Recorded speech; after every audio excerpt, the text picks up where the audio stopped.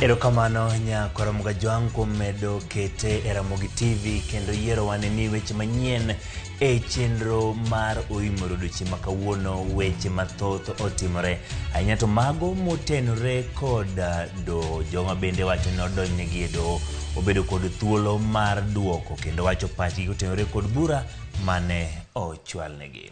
Ramogi bende mae odiochieng' ma obila notime apedha e od kata dala mane en seneta ma Kakamega machon mano Cleophas Malala ka bende koro obila tude koda monj moro mar siasa mano weyo ka jo siasa moko kata jotelo mag duond bura mar ODM 4 ohinyore nyaka gi sama ne wadhi e yamo. Cleophas Malala ne pok odhi ka obila mondo mi ondik dhoge. Nyaka Ramogi magi to koda weche mathoth magi ma weche mawamiyo pek.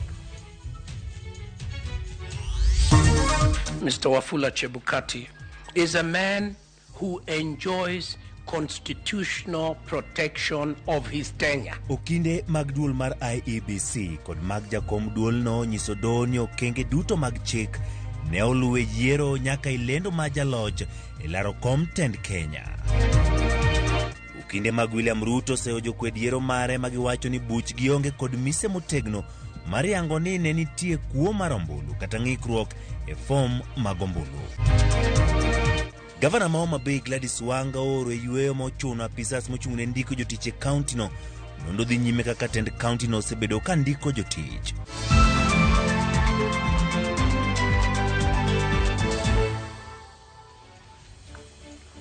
Machiegni nyako Ramogi Jwang nyinga Ochieng' Emmanuel Paninya tudri kodwa kokal namba ma tudruok mar 360 bende yudwa achiel kachiel kokal mbui moro mar Facebook @Ramogi TV, Twitter @Ramogi TV to kod mano mar YouTube Ramogi TV.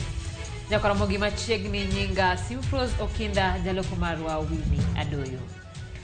Kawachako en okinde mag duol matayo yiere pacho kaeri mano IEBC kod mar jakom duol no Wafula Chebukati odok ne duoko mar yiero mar Komten Kenya mane oyango William Ruto kaka jalo. Okinde Chebukati kotelni gi Profesa Githu Muigai onyiso doni jakomno ne olando duoko kaluwore gi ting' ma katiba opwodhone kendo onge mibadhi mane orwako e chenrono. Walter Nyambaga lero no mathoth.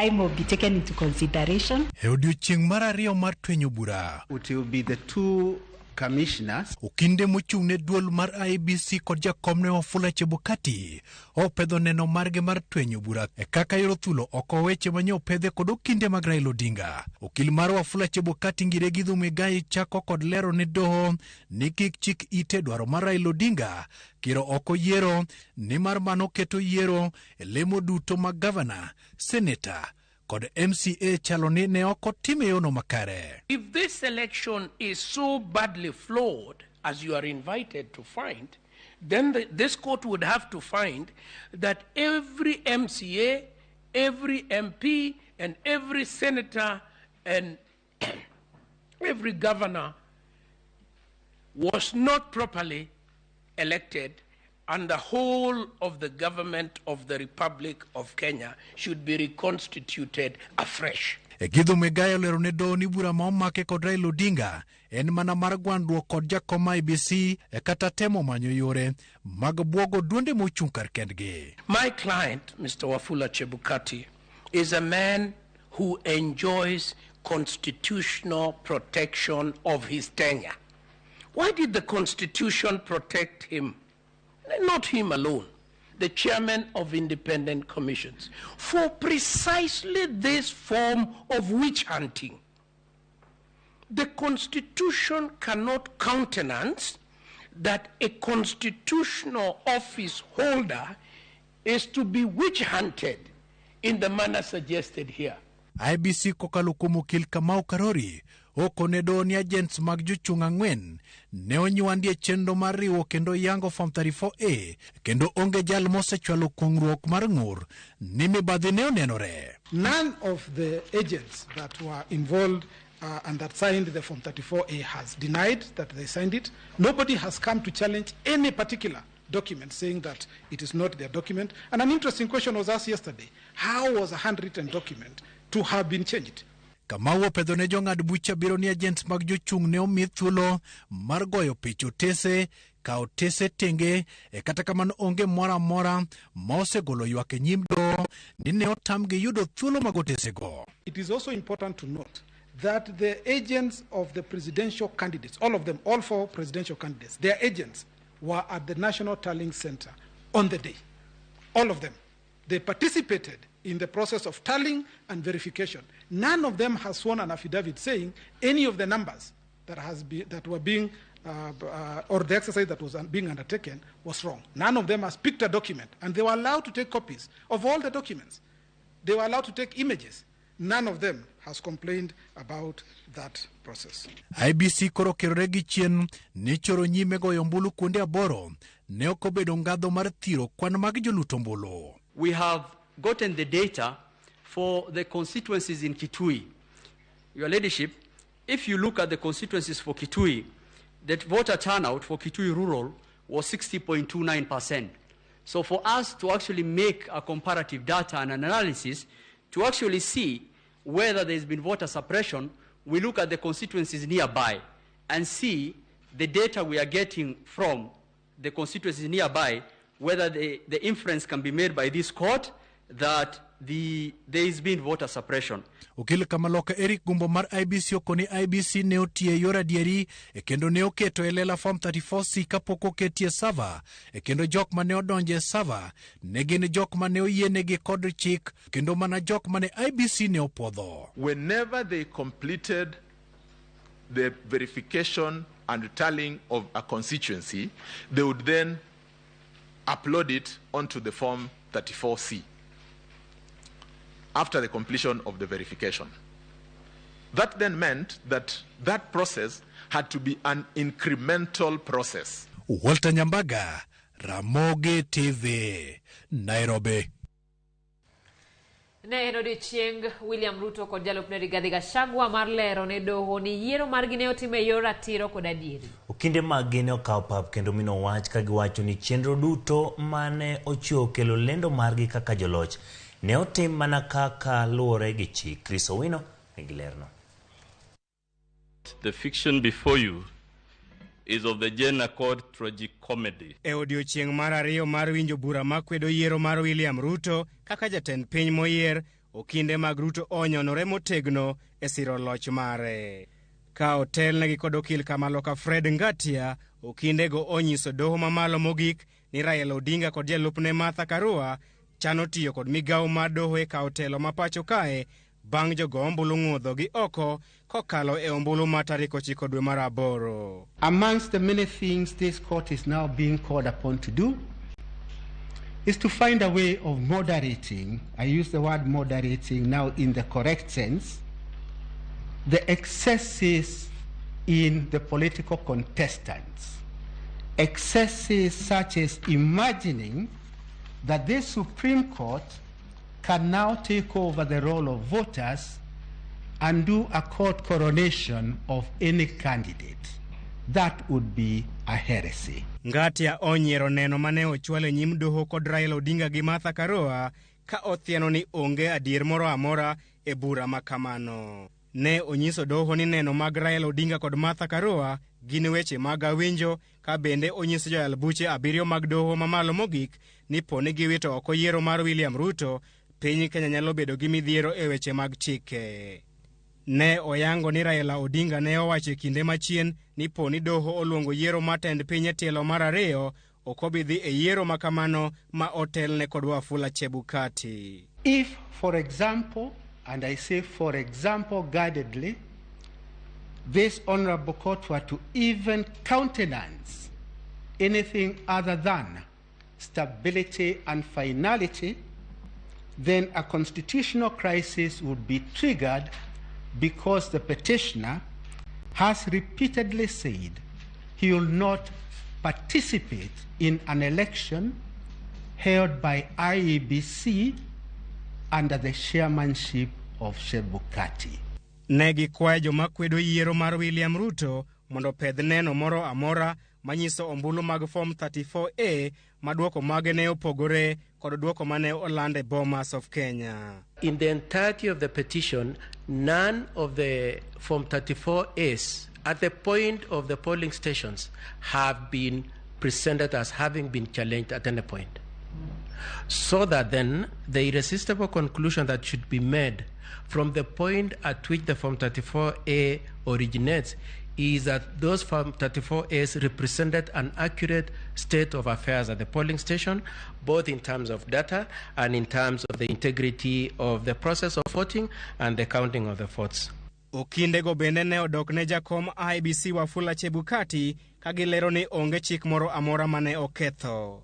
Ne gilero ni commissioners abiriyo mag IEBC kende onge kod nyalo mar riwo kendo kwano ombulu duto mawuok e kuonde luto ombulu maromo 46,229 mapacho kae. It is not humanly possible for the 7 men and women who are commissioners, however important they think they are, it is not humanly possible for them to tally results emanating from 46,229 polling stations across the country. Okinde mag jatend piny moyier William Ruto onyiso doho mamalo mogik ni buche makwedo yiero mare onge kod neno motegno manyalo miyo ng'ad oko yiero mare ka jatend piny Kenya mar abich. Chris Owino, Ramogi TV, Milimani Locots, Nairobi. Kambi mar Smartmatic mane omiyo rak gi duol mar IEBC mar chiwo lony manyasani odagi muumo yie piny ni ok ginyal chiwo thuolo mar ji donjore kendo yudo nonro moko ma enie mbui ma otisni sava. Kambi no ndiko barua kawacho ni thuolo magisechiwo ne kweth ma dwanono savago oromo kendo temo dhi mokalo kanyo biro bedo kadhi ataro mar ratiro margi. Magi giwacho ka okinde mag Raila Odinga ne opedho ng'ur ni nitie ohinga e yudo nonro manitiere e savago. Lydia Okeyo nigi lerno. Ndalo achiel bang' doho mamalo mogik ma pacho kagolo chik mondo miyaw sava kata mbui moting'o duoko mag yiero mag jatend piny Kenya e yiero mokalo, kambi mar Smartmatic pod odagi luwo chik ma doho. We have been given restricted access only to the result transmission system and only it has not been granted yet, only to one server, and it is established that the IEBC has got 8 servers. The decision to write formally to the registrar in the hope that the court eventually can resolve this matter as quickly as possible, because we are running out of time. Riwruok mar Azimio la Umoja One Kenya Alliance koro golo ng'ur ka kwede mokalo okang' ma kambi no kawo mar tamruok luwo chik mar doho bang' yudo oboke koya e kambi no. Oboke malero ni sava no oting'o nyaka nonro mag giowuon kendo en e bwo arita mager ma ponono ni oyawe biro miyo joma moko owinjore donjo e sava no thuolo mar donjoe. Bende kambi no wacho ni mbui margi ni kod nonro mag pinje ma oko manyalo rochi gi joma oko winjore kendo ni donjo e sava biro ketho chenro moko mag yiero e kinde mabiro. Smartmatic wacho ni jogo man kod ng'ur ni kod thuolo mar ng'iyo duoko manie mbui mar oganda kata public portal mana kaka notime kinde yiero kendo ni gisegolo chik ne IEBC mondo chiw thuolo ne jogo duto man kod ng'ur. Kambi no wacho ni oboke ma aching' manoya e tesen goyo ombulu bende nitiere ne ji duto kendo mago nyalo tigo gi joma ni kod ng'ur mar ng'eyo adiera. Oboke no koro nyuolo paro mopogore opogore ka jachung' maduong' mar Raila Odinga, Saita Bao Kanchori, Senator Manarok, Ledama Olekina kod janon mbui ma kweth mar Azimio la Umoja One Kenya Alliance, John Njoroge golo duondgi e mbui mar oganda mar Twitter ka koro gikwero mokalo okang' mokawo kod kambi no mar dhi ataro mar chik mar doho mamalo mogik ma pacho ka. Okinde mag Raila Odinga nong'ur ni kuom sava 8 mana sava achiel kende emanoyaw. Bang' yawe ne gifwenyo ni nitiere nonro manoruchi ka koro gichich ni chal ka gima duol mar IEBC pod rucho nonro manie sava go. As of this morning, nothing has changed. IEBC continue to refuse to provide the forensic image of all 8 servers. Of those 8 servers, IEBC are providing only limited access to server number 5. With the limited access provided yesterday to server number 5, our team were able to observe a large number of deletions. So we suspect and we are concerned that the delay on the part of IEBC is to delete vital data and when finally time runs out, not to provide the information that we require or provide logs that have no use to anybody. Whereas the order of the court was that the IEBC was to give a supervised access to the servers, that was then interpreted by the applicants to mean that they would get a copy of the whole server. We then expressed concerns with what that would mean, and we asked that the court then gives guidance so that as we proceed, there's clarity. Korka kore, Jayal bura ma doho maduong' mogik Justice Isaac Lenaola nowacho ni doho noseyudo wach ni nonro mane itimo kotenre gi savago nosetieki to ponono ni pod nitiere ng'ur pod gin kod thuolo matimo kamano. So that as far as our team is concerned, the process at the IBC is finished. The process at Forodha House is coming to an end shortly. And so the court has then asked me to express, in anticipation of this question, that should there be any issues left unattended to or any concerns that parties have, let those issues be addressed when you receive the report later this morning. You can address the question of what you're calling non-compliance. You can address the question of what servers you think were not accessed. You can address the question of the information that you received, your agents were there, and you, IEBC, can respond to say what are your answers to the complaints by the petitioners' advocates, and then the court will ultimately determine what is the import of all the things you are saying. That report was meant for the court to make a decision on the issues you raised. Lydia Oke, Ramogi TV, Nairobi. Ka pod wantiere weche mag doho, Attorney General ma pacho ka Kihara Kariuki okwedo seyo ne apisas mag duol mang'ado rieko weche arita NSAC ne odhi e kar kwano ombulu maduong' ma Bomas gi dwaro mar mino bad jakom mar IEBC Wafula Chebukati e duoko mar ombuch jatend piny. Kihara kokalo kuom okil mare George Oraro okoni NSAC ni kod ting' mar neno ni arita kwe ma pacho ka ni kare maonge kaka ne ginyalo nyayo gima ne nyalo kelo koko. George Bati miwa mathoth. Attorney General ma pacho ka odok ne duol mang'ado rieko e weche mag arita mathurka NSAC e wi seyo mane jakom mar IEBC Wafula Chebukati ne keto kuom gini ne gitemo donjore e chenro mar kwano ombulu motelo ne lendo mar duoko mar ombuch jatend piny Kenya. Kokalo kuom okil mare George Oraro, Attorney General Kihara Kariuki okoni duol mar NSAC ni kod ting' mar neno ni arita ni kare pacho ka mangima kendo ok gisir duond bura mora mar siasa kendo ni en miriambo. Chebukati wacho ni ne gidhi e kar kwano ombulu maduong' ma Bomas of Kenya mondo mi gimin bade e wi duoko mar ombuch jatend piny. The NSC is the body in charge of our security and is established for the benefit of all Kenyans. It doesn't have political identity or political intention. Oraro koni kaka yorikruok ne yiero duol mar NSAC ne oromo kod duol mar IEBC tarik 4 dwe mar 7 2022 mar chano kaka ibiro keto arita e kinde yiero ma wacho ne gin gi dwaro moro mopondo en gima miriambo. On 4th July 2022, the chairman was in attendance of a meeting of NSAC and briefed the NSC on the status of the preparation of general election and sought to involve it fully. And at the end of the meeting at page 31, NSSC reassured IBC that it will offer necessary support to ensure successful conduct of general election and achieve its constitutional duty. Owacho ni kinde mane liet chako bedo e chuny jopiny kaluwore kod yo mane IBC tayo godo kweno mag ombulu Bomas of Kenya, apisa mag duol mang'ado rieko e weche mag arita kwe ne odhi Bomas mondo mi ong'ad rieko ne IBC, to jakom mar IBC Wafula Chebukati nonyisogi achaya maduong' kendo keto gi girito kuom seche buora. Mr. Kennedy Kihara, in his affidavit sworn on 28 February 2022, equally confirms that his whole presentation was to express the need to expedite the process of declaring the results and ensuring transparency in order to avert public anxiety. But the attitude of the chairman is exhibited by the contempt by which he treated this team. They were not met when they came.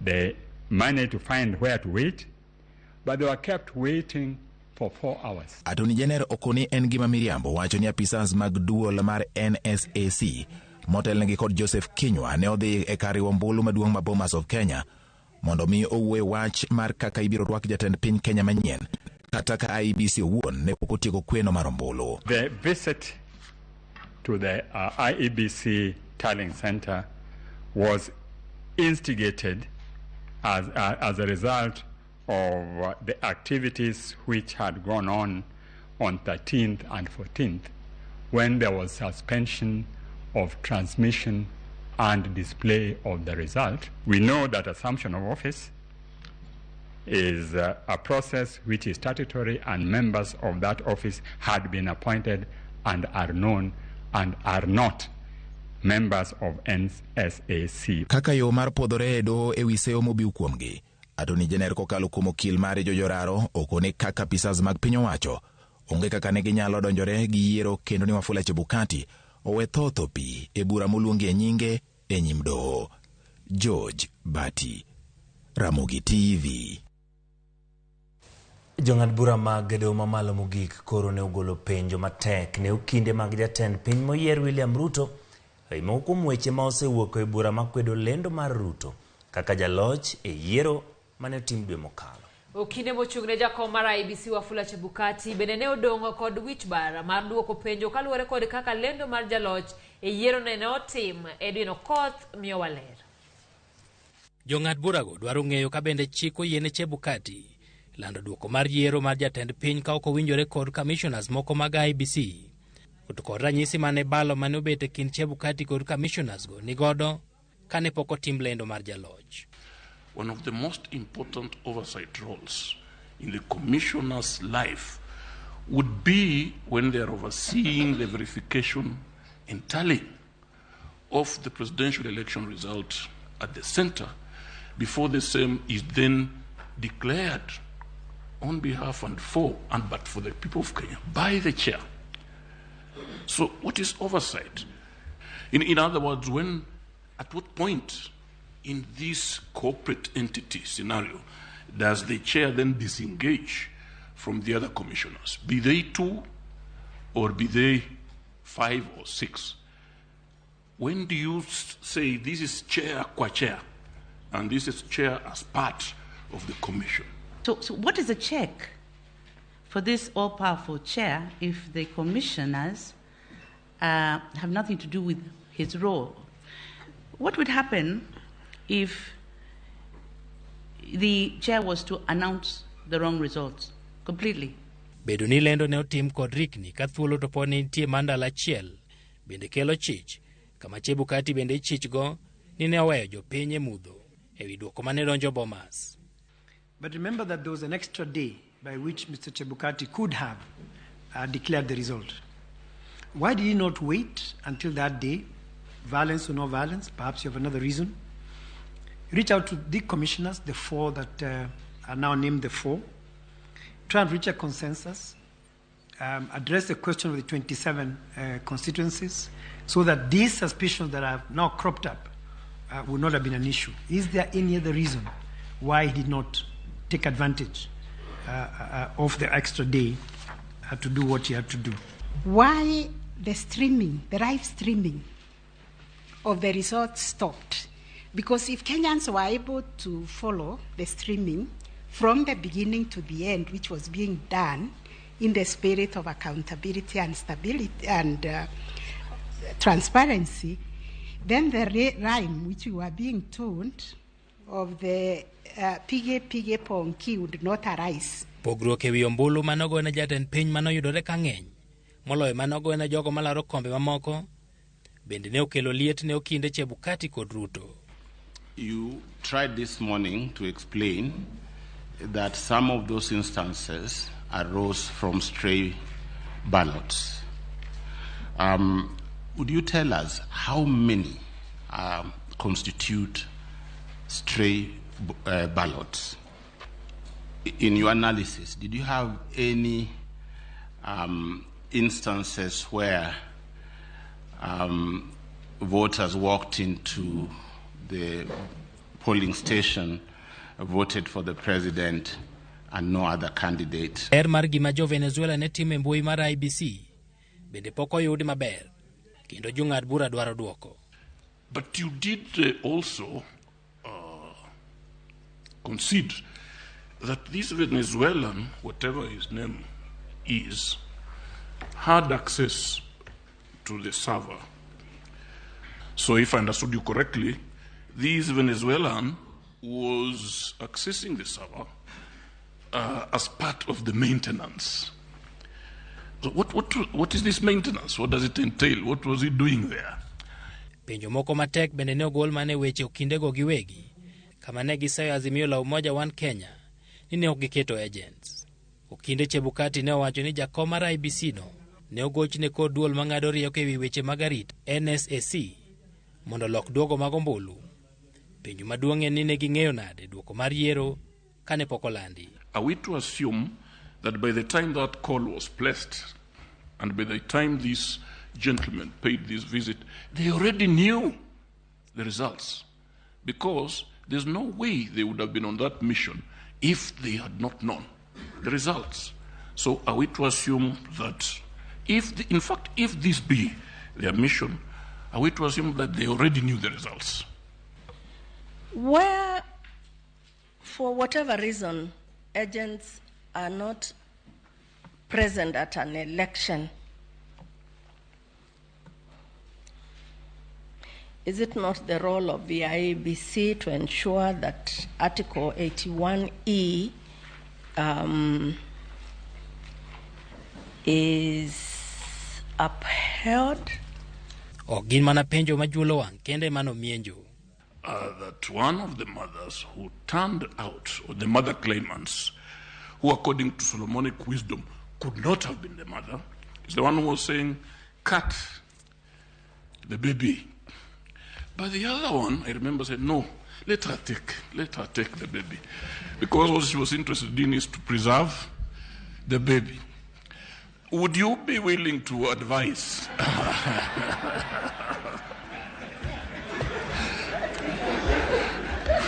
I rest my case. Penjo ng'eny. To sama koro kindego nigodo en dakika 30 tich abich gokinyi mar chiwo duoko. Edwin Okoth, Ramogi TV, Nairobi.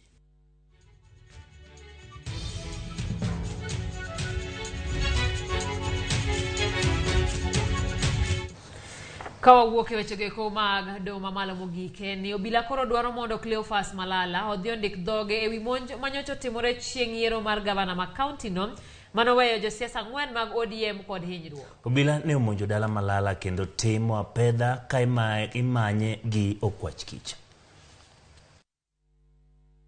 Karo nyango, apisas mag arita kwe odonjo e dala seneta machon ma Kakamega Cleophas Malala.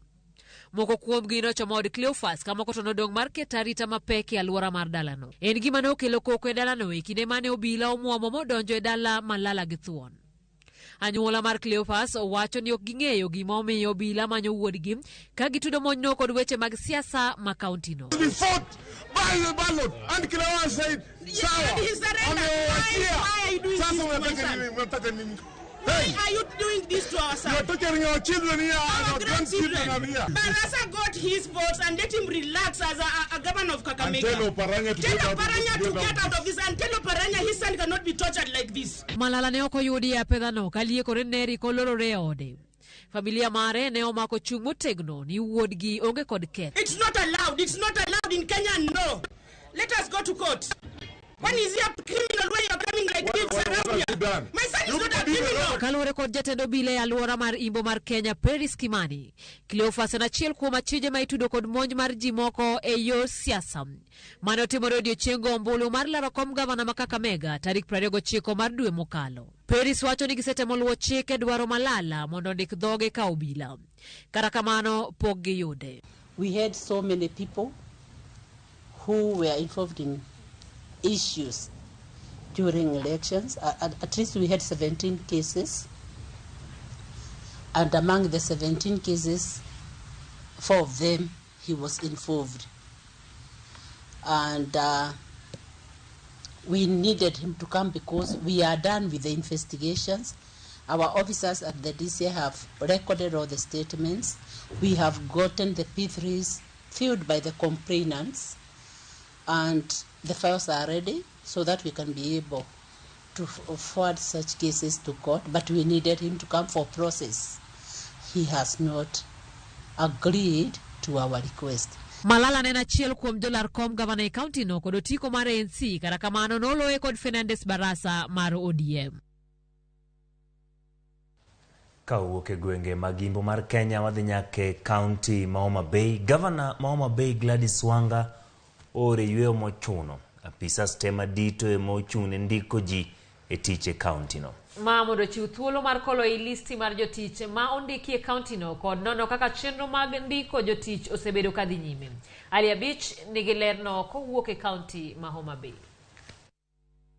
Kokale oboke manowuok e apis gavana Wanga ne otere yweyo ma ochuno apisas moko aboro madito e board ma ochune ndiko jotich e county public service board kod migepe mamoko mag county kaluwore kod ng'ur ma osewuok ewi yore ma itiyogo ka ndiko jotich. E oboke no gavana Wanga okoni ondamo makamano okawo kaka yor riyo chenro mag tich e county kod bende kedo kod mibadhi. Apisas ma ochungie tich go oting'o Lamek Ogot ma en director ma ochune ndiko jotich, Boaz Nyagute apisa madit makojolo e board mandiko jotich, Linet Ogoda jagoro ma jatatije e board mandiko jotich, Charles Auma director ma ochune ndiko jotich, Solomon Ochogo manager makojolo mar chano chenro mag osara, Alfred Chuchu director makojolo ma ochune jotich, Duncan Akecha apisa migawo mochune jotich kod Winfred Awuor director mar somb nyithindo ECD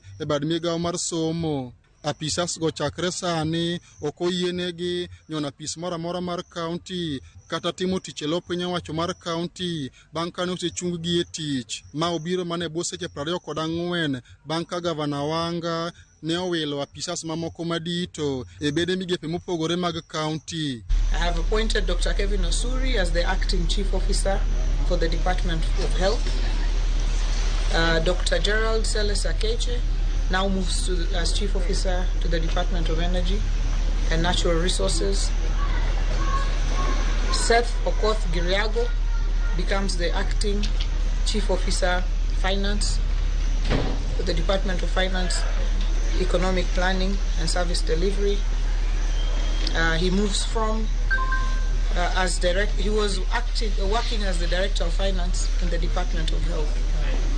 Mr. Noah Otieno becomes the Chief Officer, Department of Tourism, Sports, Gender, Culture and Social Services. Alia Beach, Ramogi TV, Homa Bay.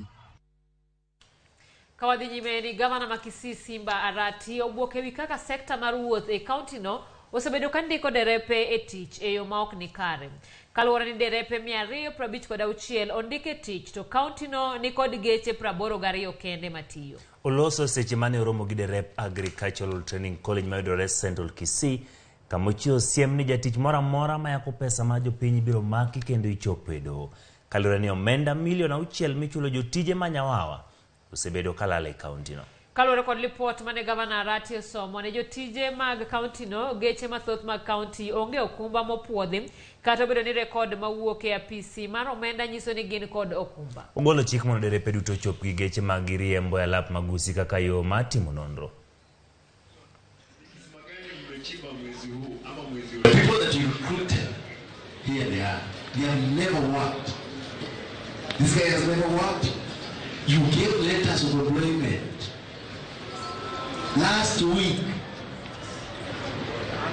you promoted. Have you been promoted? It's only you are lucky. You could have been promoted. You're only lucky that you have not been promoted, though you have not been working. Until last week when I'm asking Patrick to cancel all employment, new employment, save the new employment. Who you were 2020. Nyinyi mkaendelea kufanya nini tafadhali? Hii ugonjwa tutatibu vipi? How do we cure this disease? Nyakoromogi bang lipod no wadhi yo matin wabiro doko da weche mathoth kikidhi mabor.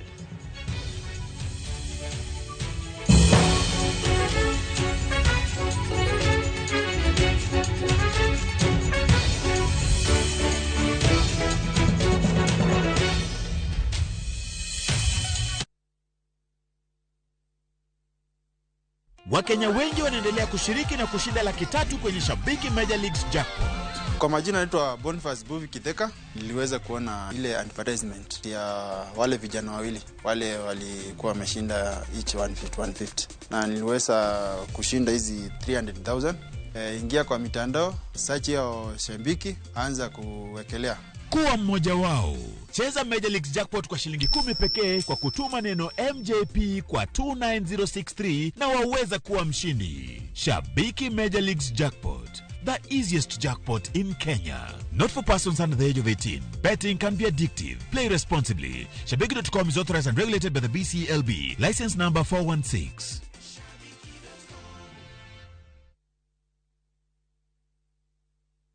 Collect fare kwa boda au matatu ukitumia ViewPay cashless na uqualify for bima ya 100,000 shillings pamoja na medical cover ya 20k na permanent disability cover ya 100k kwa 5 bob pekee. Dial *236# today to start using ViewPay cashless.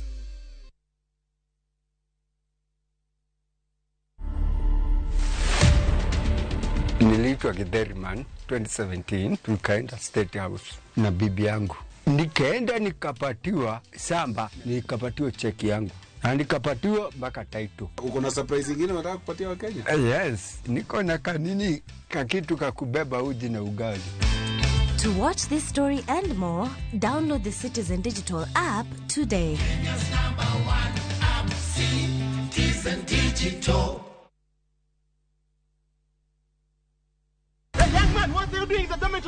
Schoolflix Data Pass is back. Now you can watch all your favorite films for free with 100 MB of data from Safaricom. To get Schoolflix Data Pass, simply tap Data Pass in the app and select Schoolflix. Schoolflix Data Pass, 100 MB to watch your favorite film on View Sasa.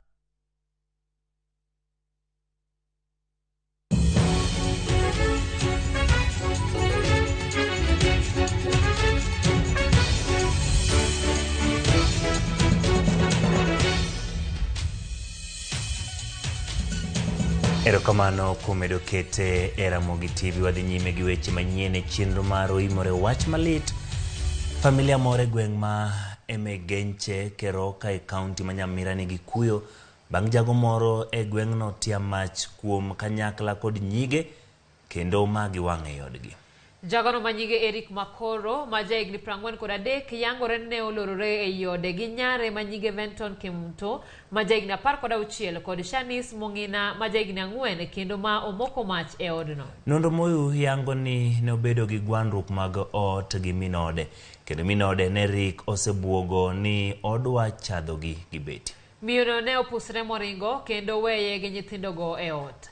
Kanyo emane okawe okang' mar negore kanyakla gi nyithinde. Na anaharibu vitu. Nilipofika nikapata ya kwamba ndio yuko ndani amefunga nyumba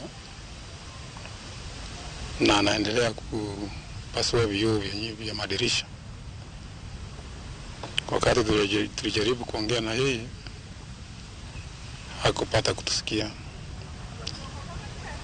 Ikawa tumeona ya kwamba amekuwa violent, tukamwona ya kwamba ni heri tutafuta usaidizi wa maaskari.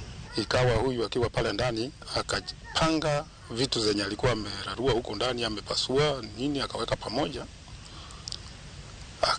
akawasha na kibiriti, moto ikaanza kuchoma nyumba. Maofisa wetu walikimbia pale na wakadhibitisha ya kwamba kweli kulikuwa na nyumba moja ilikuwa imewashwa moto. Na mle ndani kulikuwa na watu walikuwa pale ndani.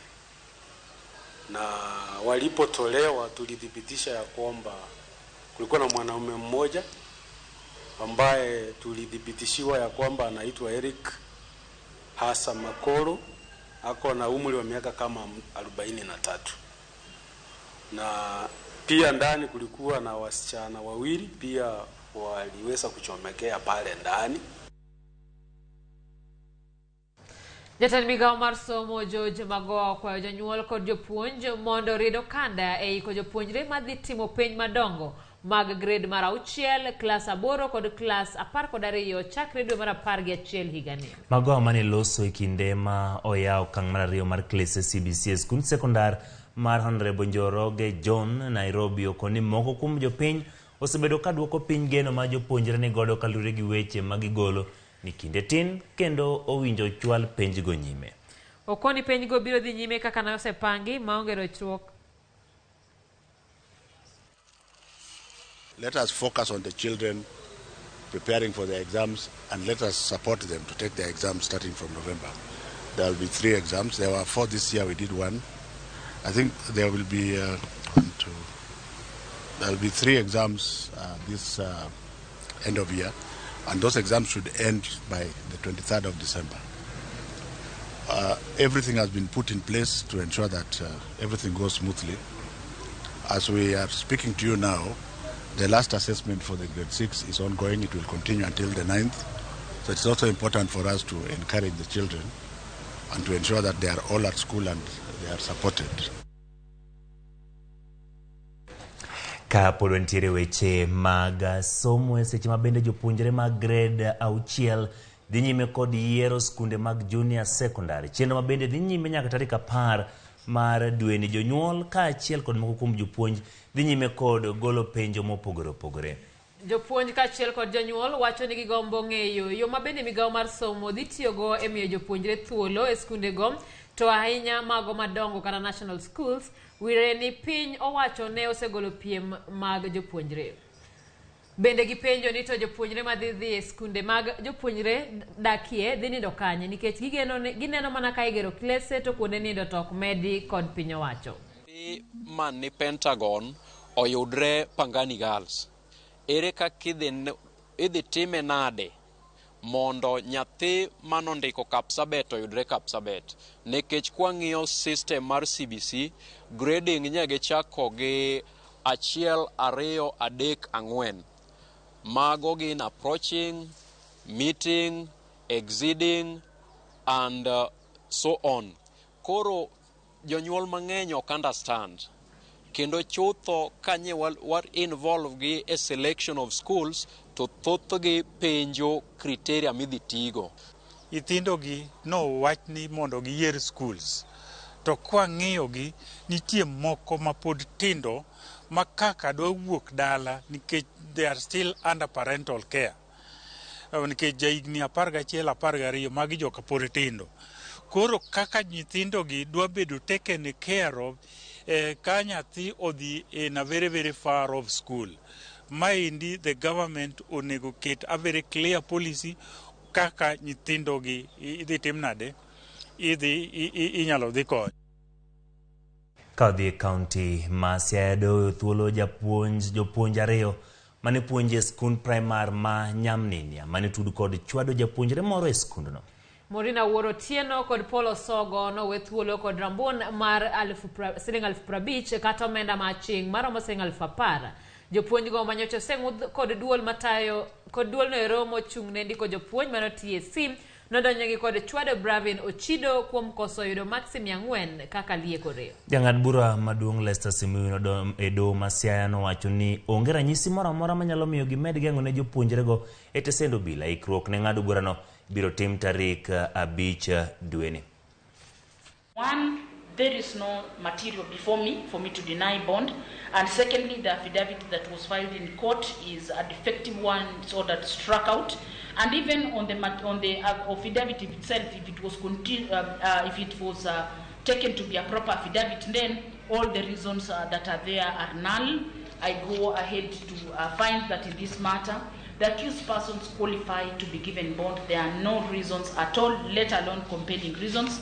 I admit each of the accused persons to a bond of Kenya shillings 50,000 with one surety in a similar amount, or an option of 10,000 shillings cash bail. In order to achieve a fair trial in this matter, I also order that this matter is a matter to be considered for hearing on priority before the trial court. Pretrial mention in this matter will be on 5th of September. This matter will be tried before my brother, court number 3. Pinya wacho e kaunti ma Baringo chano yuko ringre 42 mapoko yang koda nyuola maggi kuom thuolo mar higni 2 mokadho e kar kano ringruok ma Baringo Referral Hospital. Ringre go motingo 33 mag nyithindo matindo osebede kar kano ringruok no makoro kelo dhungruok mag ringre kar kano ringruok manochuno kar thieth no mondo many thuolo kuom doho. Apisa mochung'ne kar thieth no Laktar Garishon Abakalwa oyango ni ringre nyithindo 33 gin mago manowito ngimagi kaluwore kod midhiero mane giyudo tok nyuol gi kama moko gin manokel e kar kano ringruok kod apisas mag obila.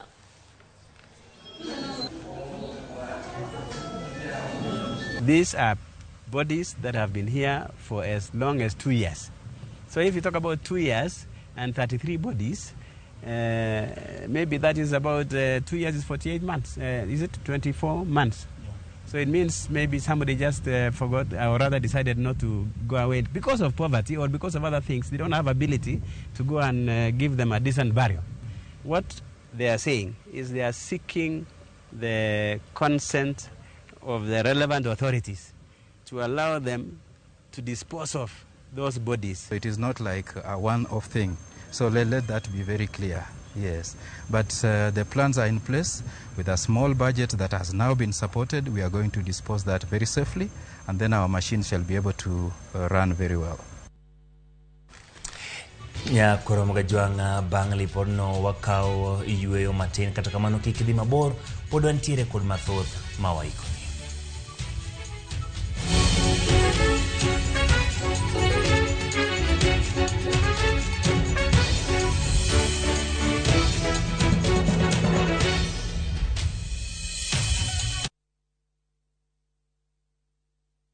Mashabiki chungu nzima wanaendelea kushinda bonuses nononono kwa Shabiki Jackpot Mbao.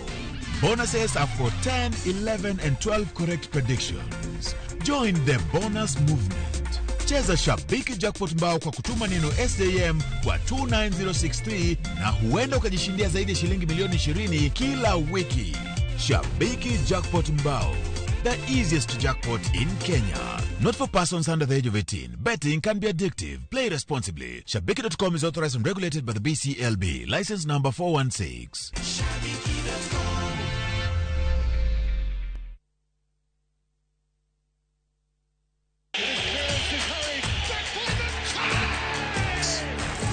Have doodles taken over your home? Hey.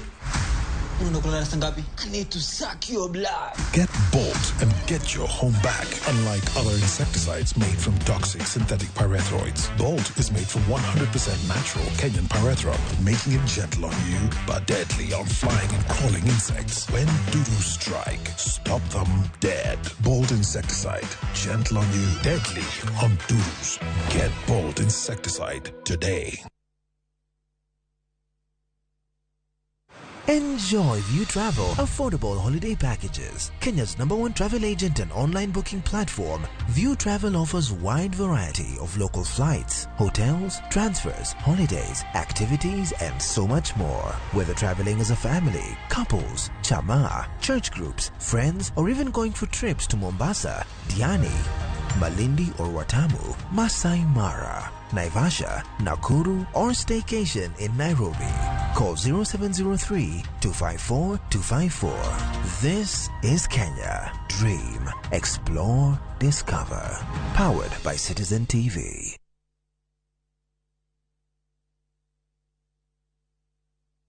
Citizen Digital is proud to have emerged top and been selected for the 2022 Google GNI Middle East, Turkey and Africa Innovation Challenge. With Google's support, Citizen Digital will increase its capacity in news gathering for our viewers and listeners under the Wananchi reporting platform. Download Kenya's #1 app, the Citizen Digital app today, and get the news as soon as it happens. Kenya's #1 app, Citizen Digital. The young man wants what they're doing in the dormitory area. Schoolflix Data Pass is back. Now you can watch all your favorite films for free with 100 MB of data from Safaricom. To get Schoolflix Data Pass, simply tap Data Pass in the app and select Schoolflix. Schoolflix Data Pass. 100 MB to watch your favorite film on View Sasa.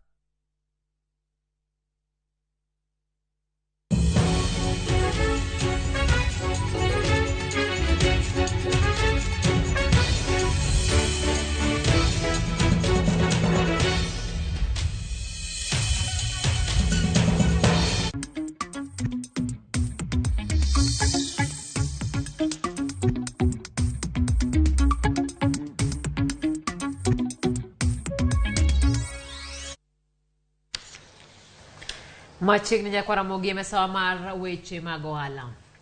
Johala mabusia koro wacho ni ohala odagi duoge wang'e chiegni dwe achiel bang' yiero kaluwore kod ywaruok ewi duoko mane chiw kod IEBC tarik 15 mar dwe mokalo. Jouso wacho ni kwan mar rech magiuso sani odok piny e okang' mamalo kendo chiro ma pinje malibamba koro ok yudre. Busia osegero chiro maduong' ma johala ne geno ni gibiro medo yuto higani ahinya to e uso rech ne jopiny Kenya kod pinje libamba ma Uganda kod Congo.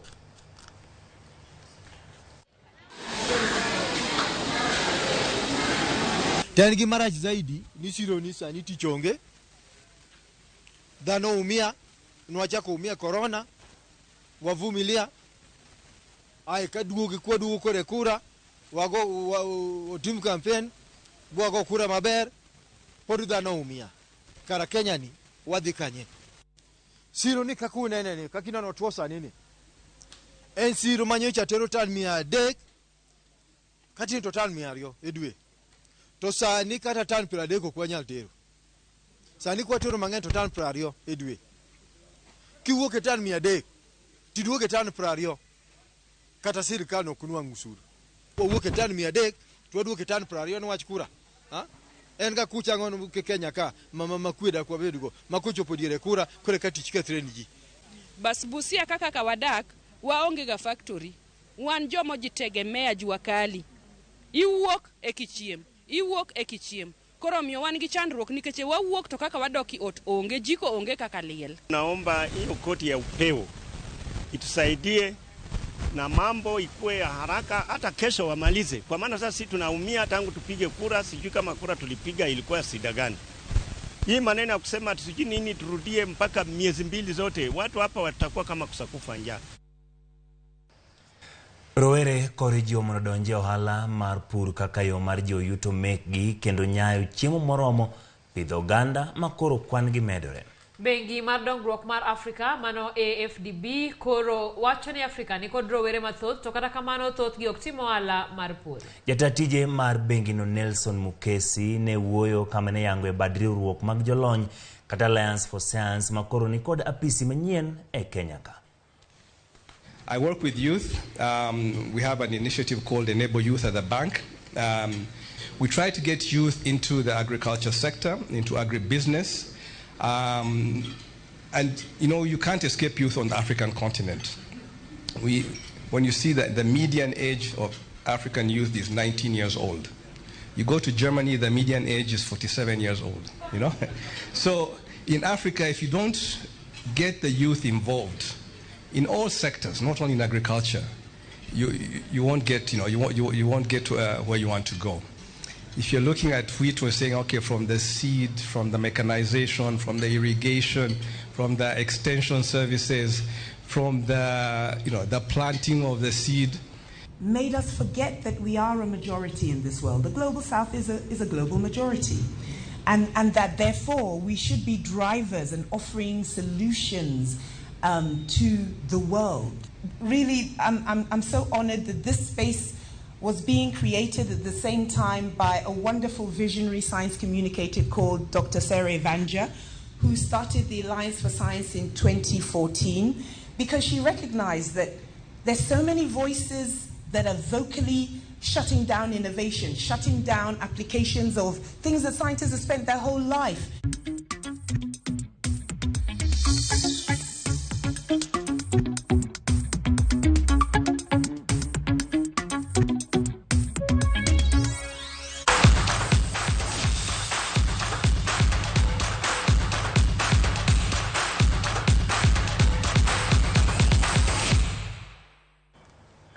Machiegni e paw tuke. Jaloch nyadiriyo e ng'we kinda mag Olimpik Eliud Kipchoge osingo ni obiro laro mich maduong' e kinde mobiro ringo e ng'we kinda mar Berlin Marathon higanieri. Ng'wejno ibiro ringo tarik 25 dweni ka Kipchoge biro bedo karinge boma ma Berlin chakre higa mar 2018 kane oketo rekod manyien mar seche 2 dakika 1 kod sekonds 39. Kipchoge biro bedo karingo e tielo mar 5 e ng'wego bang' bedo jaloch e manobage higa mar 2015, 2017, 2018 kane otieko namba 3 e higa mar 2013.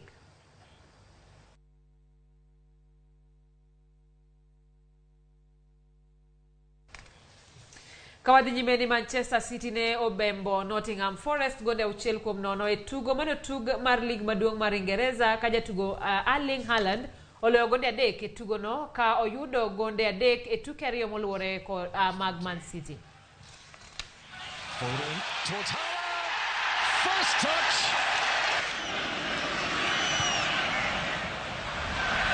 And that's not a good clearance. Bernardo Silva into Alvarez.